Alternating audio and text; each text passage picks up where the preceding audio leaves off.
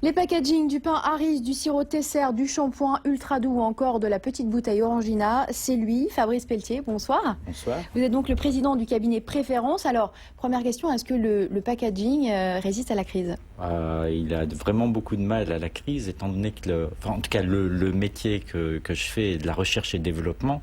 C'est-à-dire qu'en fait, je travaille pour les produits qui vont sortir dans quelques années. Et là, il y a eu une sorte d'arrêt cardiaque depuis 1 an. Ça reprend tout doucement, mais ça a du mal. Alors, le marché du packaging en France, il ressemble à quoi? Alors, le marché du packaging, c'est déjà l'emballage, c'est la 7e industrie en France. On voyait tout à l'heure Airbus, c'est juste derrière l'aéronautique. Donc, c'est vous dire que c'est une grosse industrie.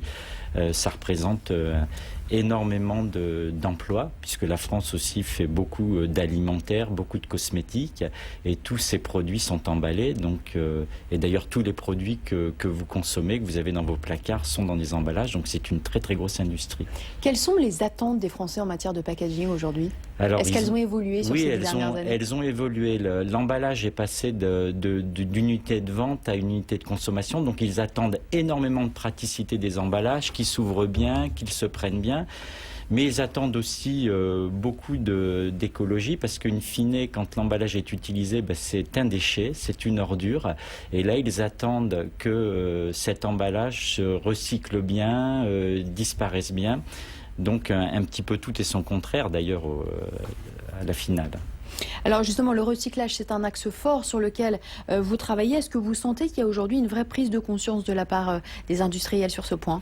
Oui, il y a une vraie prise de conscience des industriels, parce qu'il y a une vraie poussée des consommateurs. Il y a de véritables attentes depuis quelques années des consommateurs qui savent que ce qu'ils consomment a un impact sur l'environnement.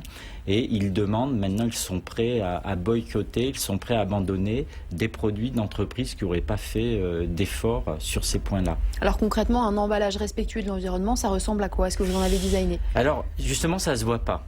C'est ça qui est curieux, c'est que d'abord c'est un emballage beaucoup plus léger, donc qui va utiliser moins de matériaux. Donc entre une bouteille qui fait 30 grammes et une bouteille qui fait 25 grammes, vous ne voyez pas la différence. Pourtant, vu le nombre de bouteilles qui sont produites dans le monde, c'est des millions de tonnes de matériaux d'emballage.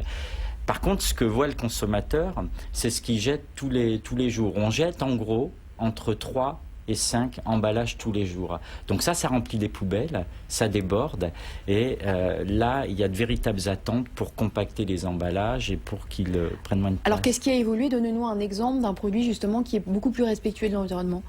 Ce qui a évolué, c'est que, par exemple, on voit de plus en plus d'emballages souples, d'emballages dans des matériaux de plus en plus souples, des poches, parce qu'en fait, ils utilisent moins de matériaux et ils utilisent moins d'espace dans les poubelles. Exemple. C'est pour ça.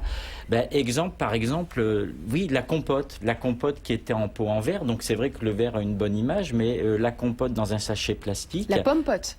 La pomme-pote ou autre, a finalement un impact écologique, contrairement à ce qu'on pense, moindre. Alors il y a de nombreuses marques qui se lancent sur le créneau du collector. On a vu des images qui ont défilé pendant que vous parliez. Ça sert à quoi un collector? Est-ce que d'abord ça allonge la durée de vie d'un produit? Non, ça n'allonge absolument pas la durée de vie d'un produit. Donc ça ne change rien au niveau de la fonction de l'emballage, de la fonction de protection. Par contre, ça a cette mission de réenchanter un peu le quotidien.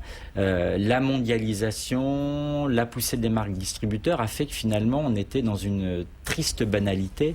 J'ai envie de reprendre une phrase de Raymond Lévy qui disait il y a plus de 50 ans, la laideur se vend mal. Aujourd'hui, ça veut rien dire la laideur, mais je dirais que la banalité se vend mal. Tout s'est banalisé, tout se ressemble. Quand vous allez dans un supermarché, finalement, tout se ressemble. Et en fait, ces collectors, ces emballages événementiels, redynamisent un petit peu. Voilà, redynamisent, donnent du sex appeal. C'est un petit peu comme si vous habillez tous les jours de la même façon. Au bout d'un moment, on va se lasser. Donc, il faut de temps en temps mettre des couleurs. Est-ce que le nombre de collecteurs augmente à l'approche de Noël? Oui, alors Noël est une période de collector très forte pour certains marchés, les marchés de la cosmétique, les marchés des alcools, et c'est aussi une période de collector pour des marchés qui n'auraient pas de forte vente pendant Noël et qui vont faire un emballage événementiel pour redynamiser leurs ventes et les laisser à un niveau correct. Très rapidement, vous avez créé une galerie qui retrace l'histoire de l'emballage. Qui s'intéresse à l'emballage dans notre pays? Tout le monde. Tout le monde. La Design Pack Gallery est rue de Richelieu et en fait c'est un lieu touristique et on a aussi bien des professionnels, des étudiants et puis des touristes. Ça intéresse tout le monde. 18 000 visiteurs en quelques mois, donc c'est vous dire que ça intéresse du monde. Fabrice Pelletier, président du cabinet Préférence, merci beaucoup d'être venu sur ce plateau. 21h24, fin de ces Échos de l'écho. Restez avec nous pour un nouveau journal dans quelques minutes sur les télés.